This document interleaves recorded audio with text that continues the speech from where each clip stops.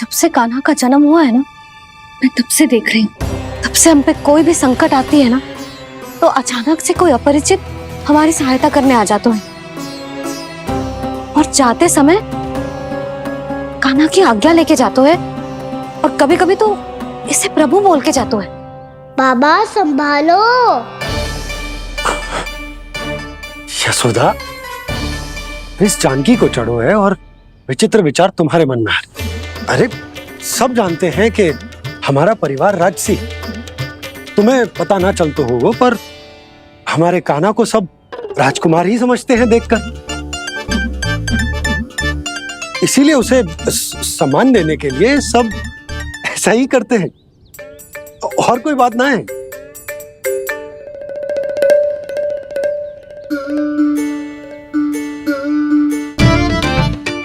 अब जे मेरे लल्ला को ऐसे क्यों घूर रहे हैं? बुरी दृष्टि लगाएंगे क्या?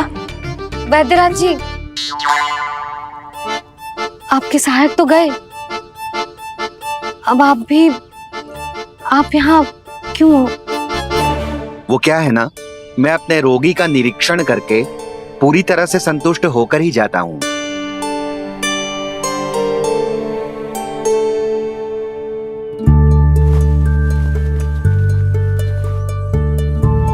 हाँ, संकेत तो अच्छे हैं, कल सुबह तक बिल्कुल ठीक हो जाएगी। धन्यवाद वैद्य जी।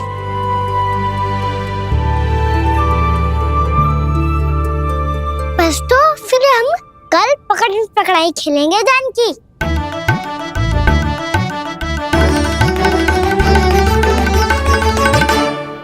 भानु, बंसी, जाकर उस क्षेत्र के चारों ओर बाड़ बनवा दो और वहां सूचना पट्ट भी लगा देना, ताकि जानकी के साथ जो हुआ है वो किसी और के साथ ना हो।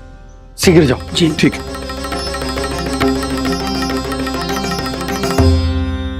बाड़ और सूचना पट लगवाने से समस्या का समाधान नहीं होगा बाबा। निर्दोष पशु सूचना पट देखकर भी कुछ समझ नहीं पाएंगे।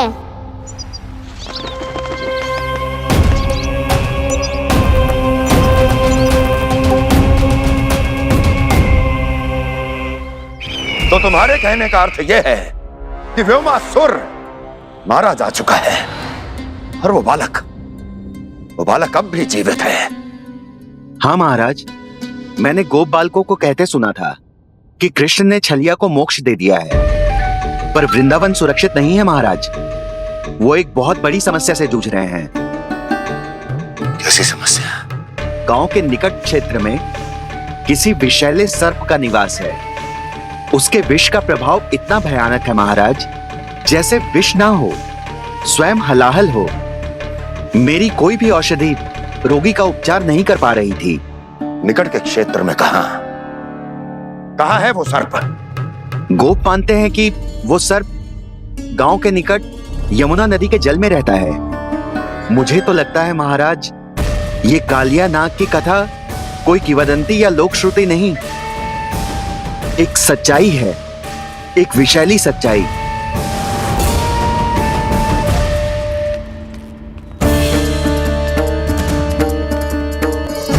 कालिया का सामना करने का समय आ गया है, पर उससे पहले मुझे बुलाना होगा उन्हें।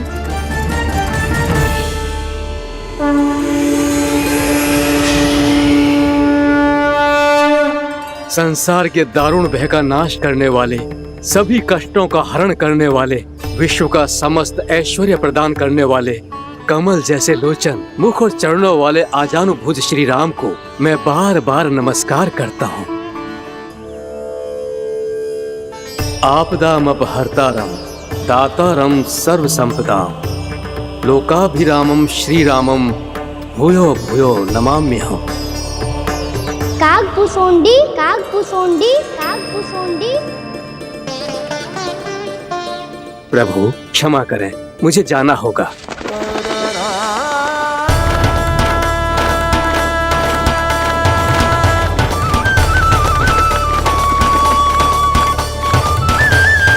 प्रणाम प्रभु।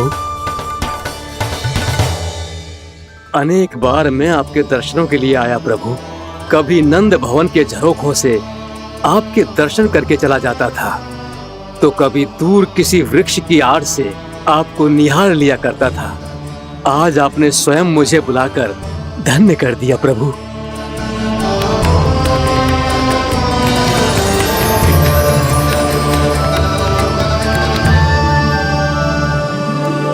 मैंने आपको यहाँ एक विशेष कारण से बुलाया है। आपके श्राप से इस कालिया नाग को मुक्त करने का समय आ गया है। ये तो बहुत ही उत्तम समाचार है प्रभु। इतने वर्ष बीत गए, मुझे आज भी स्मरण है वो दिन जब मैंने उन्हें श्राप दिया था। अपने क्रोध पर नियंत्रण खोकर बहुत बड़ी भूल कर दी थी मैंने प्रभु। बीती हुई घटनाओं पर दुखी होके कोई लाभ नहीं है। हमें भविष्य की ओर देखना होगा।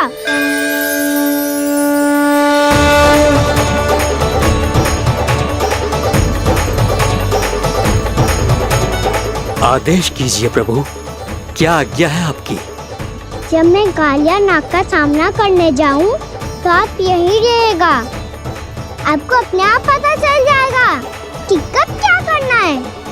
और हाँ, लौटते जाते समय नारद मुनि से कहिएगा, वो आकर मुझसे भेंट करे। अवश्य प्रभु, प्रणाम। क्या इसने सच्ची में देवर्षि नारद को बुलाया है?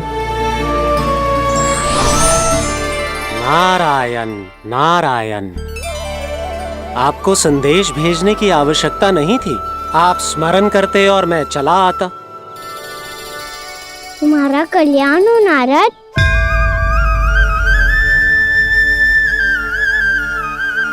मैंने तुम्हें एक विशेष कार्य के लिए बुलाया है। आज्ञा दीजिए प्रभु। तुम्हें एक बार फिर कंस से भेंट करनी होगी। विचार कीजिए महाराज, क्या आप बिना किसी शंका के कह सकते हैं कि कौन सी पंखुड़ी पहली है और कौन सी आठवीं? उस दुष्ट से भेंट करना स्वयं कीचड़ में उतरने के समान है प्रभु। कमल पुष्प प्राप्त करना हो तो कीचड़ में उतरना पड़ता है नारद। आपका आदेश तो मैं स्वप्न में भी नहीं टाल सकता प्रभु। कंस कालिया नाग के बारे में जान गया है, पर वो उसका सामना करने का साहस नहीं कर पाएगा। मैं आतुर हूँ प्राप्ति, मूर्ख नहीं। मेरी बुद्धि फिर नहीं गई है। मैं स्वयं उस कालिया जैसे महाविषैले सर्प के सामने खड़ा हो जाऊं और अपने ही काल को आमंत्रित कर लूं। तो फिर अपने लाभ के लिए उसका प्रयोग करने का कोई और उपाय सोचिए स्वामी। कुछ ऐसा कीजिए कि यमुना नदी का पूरा जल विषैला हो जाए और वृंदावन वासी उसका उपयोग करे, और आपका काल कहलाने वाला वो बालक स्वयं काल के गाल में चला जाए। उत्तम उत्तम सुझाव है प्राप्ति। अब मुझे उस कालिया तक पहुंचने का मार्ग ढूंढना होगा। उसको विवश करने का कोई उपाय ढूंढना होगा, क्योंकि व्यक्तिगत रूप से उससे भेंट करना असंभव है। असंभव। आप सही कह रहे हैं प्रभु। कंस में उतना सामर्थ्य नहीं कि वो कालिया नाग का सामना स्वयं कर सके। वैसे तो कालिया गरुड़ देव का भी सम्मान नहीं करता, तो फिर वो कंस का सम्मान क्यों करेगा भला? नहीं करेगा, पर कंस तुम्हारा सम्मान अवश्य करेगा नारद। तुम्हारी बातें भी सुनेगा और मानेगा भी। ये मेरी योजना का बहुत ही महत्वपूर्ण भाग है। तुम कंस के पास जाओ और कहो कि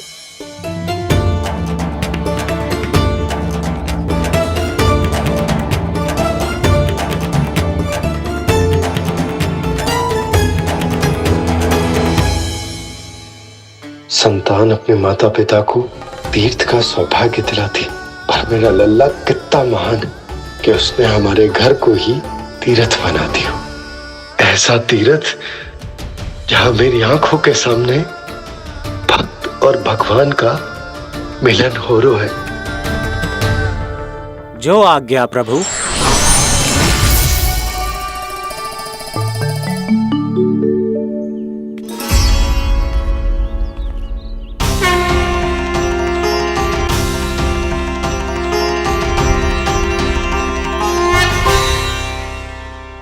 बाबा,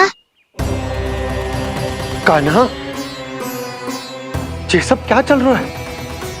पहले काक भुसुंडी जी और फिर जे नारद जी। क्या योजना बना रहे हो तुम? कान्हा, बताना लल्ला, क्या सोच रहे तू? कान्हा देख, अगर तुझे अपने बाबा को ना बताना हो ना, अपने भक्त को बता दे। क्या सोच रहे हो लल्ला?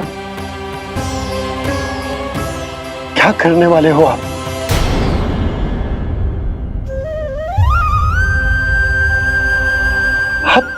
आप इतने दुखी क्यों हो? कान्हा, कान्हा, क्या होगा? क्योंकि मुझे आभास हो गया है बाबा, समय आने वाला है। कौन सा समय आने वाला है लल्ला? शीघ्र सब कुछ बदलने वाला है। भैया को मेरा सत्य पता चल जाएगा बाबा।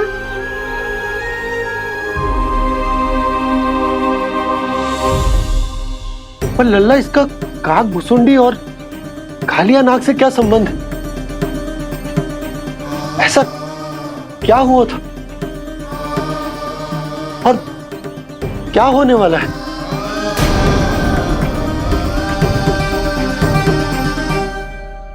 जो होने वाला है बाबा, उसका संबंध उससे है जो सैकड़ों वर्ष पहले हुआ था। महर्षि भृगु के एक वंशज थे वेद शिरा मुनि, जो विंध्याचल की पहाड़ियों में साधना कर रहे थे।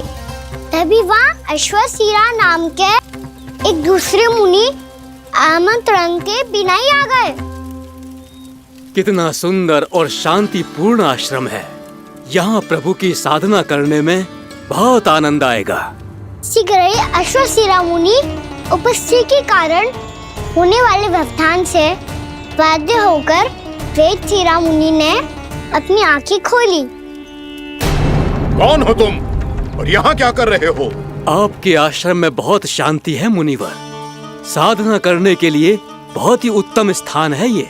मैं चाहता हूँ कि मैं भी यहाँ। आप यहाँ साधना करना चाहते हैं, लेकिन इतना भी नहीं जानते कि किसी के आश्रम में प्रवेश करने से पहले उसकी आज्ञा लेनी चाहिए। आप ये भी नहीं जानते कि यदि कोई यज्ञ कर रहा हो तो बिना अनुमति के वहाँ प्रवेश करने से उसकी यज्ञ साधना भंग हो सकती है। आप क्या साधना करेंगे मुनि? आप तो साधना के योग्य ही नहीं हैं। इतना अपमान! एक मुनि के मुख से इतने कड़वे शब्द शोभा नहीं देते। मैं तुम्हें श्राप देता हूँ, जितनी विषैली तुम्हारी जिह्वा है उतने ही विषैले सर्प बन जाओ तुम। और ऐसा सर्प जो सांस भी ले तो निकट का वातावरण दूषित हो जाए। तुम्हारे इस दुस्साहस के लिए मैं तुम्हें श्राप देता हूँ कि तुम अभी इसी क्षण कौवा बन जाओ, और ऐसा कौवा जो कांव कांव करके अनर्गल प्रलाप करता रहे।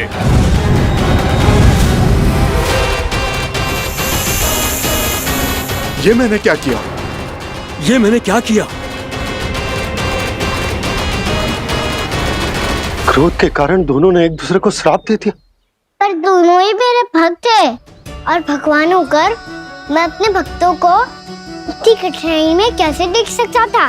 इसीलिए जिस संकट में उन दोनों ने अपने आप को फंसा लिया था, उसका समाधान करने में मैं उनके पास गया।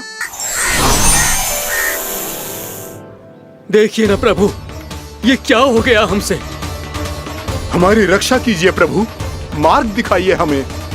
क्रोध पर नियंत्रण ना होने के कारण आप दोनों ने एक दूसरे को बहुत ही भीषण संकट में डाल दिया है। आप दोनों ही तपस्वी, तप के बल से दिए गए आपके श्राप को लौटाना भी संभव नहीं है। प्रभु कोई तो उपाय होगा, हम आपके शरण में हैं प्रभु। अपराध तो हमसे हुआ है प्रभु, पर अब आपसे ही आशा है। कुछ ऐसा कीजिए भक्त वत्सल, जिससे हम दोनों के श्राप का प्रभाव कुछ कम हो जाए। आप दोनों ही मेरे भक्त हैं, इसलिए आपकी पीड़ा का निवारण करने का एक उपाय है मेरे पास। वेद शिरोमणि, जब आप कालिया नाग बनेंगे तो आपको मेरे चरणों को अपने शीश पर धारण करने का सौभाग्य मिलेगा। और अष्ट शिरोमणि, आप काग योनि होने के बाद भी आप श्रेष्ठतम ज्ञान और सर्वाधिक यौगिक सिद्धियों के स्वामी होंगे और प्रवचन दिया करेंगे। इसके बाद अश्वशिरा मुनि काक भुसुंडी बन गए, जिन्होंने आगे चलकर सेम गरुड़ देव को रामायण सुनाई। और मुनि वेदशिरा महर्षि कश्यप और देवी कत्रियों के पुत्र कालिया नाग बनकर जल में। और अब वही कालिया नाग जमराज्य में, जिनके कारण जानकी के प्राण लगभग चले ही गए थे। अब कालिया नाग को उचित स्थान पर भेजने का समय आ गया है बाबा। पर ये तो अच्छी बात है कान्हा, वेदशिरा मुनि को दिया हुआ तुम्हारा वचन भी पूरा हो जाएगा, जमुना जी की शुद्धि भी हो जाएगी। इस सब के बाद भी तुम दुखी क्यों हो? क्योंकि इसके बाद मैया के सामने मेरा रहस्य खुल जाएगा बाबा। उन्हें पता चल जाएगा कि उनका बालक कोई साधारण बालक ना है। भविष्य में जो होने वाला है उसे सबके सामने घटने से रोकना मेरे लिए भी संभव ना होगा। मैया को सब पता चल जाएगा। क्या पता चल जाएगा रे मुझे?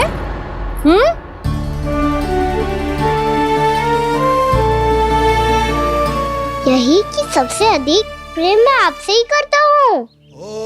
अब बस भी कर, चलो भोजन के लिए बुलाने आई थी तुम दोनों को। भूखा थोड़े ना रहने दूंगी अपने लल्ला को, मेरा लल्ला दुर्बल हो जाएगा ना। आप खिलाओगे तो ही खाऊंगा। हाँ ठीक है, मैं ही खिलाऊंगी। अब चल, आओ जी चल।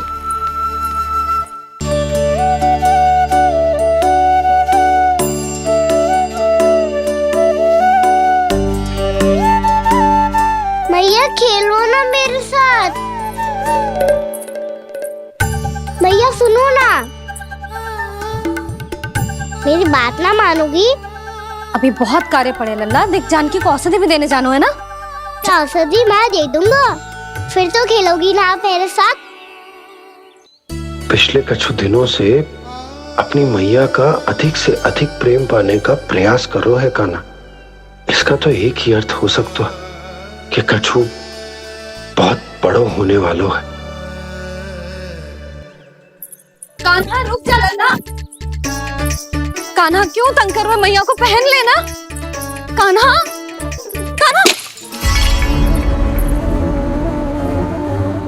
ये क्या करो तूने?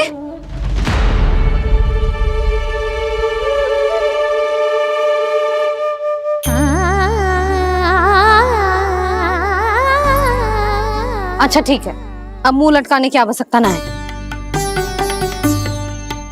ये ले।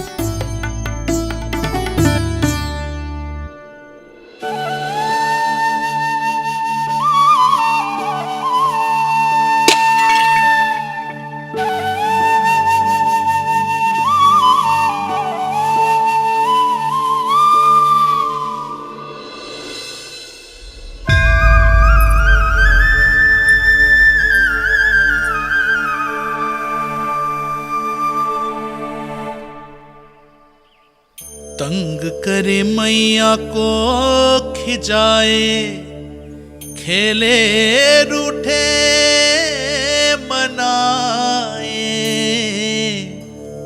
लीला अनोखी करके शरारत, कान्हा दंड भी पाए।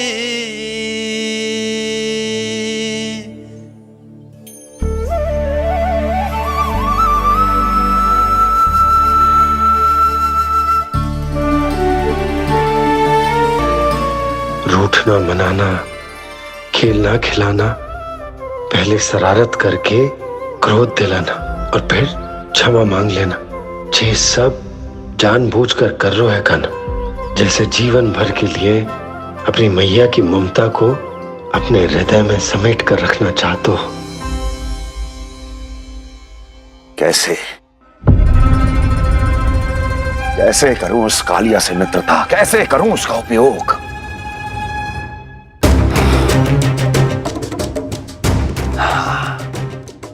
उस पर आक्रमण कर देता हूं और उसे किसी ना किसी तरह से यह विश्वास दिला देता हूं कि यह आक्रमण उस विष्णु अवतार ने किया है। फिर वो क्रोध में आकर सारे वृंदावन वासियों को अपने विष से समाप्त कर देगा। उचित है, ये उचित है। नारायण हरि, नारायण हरि।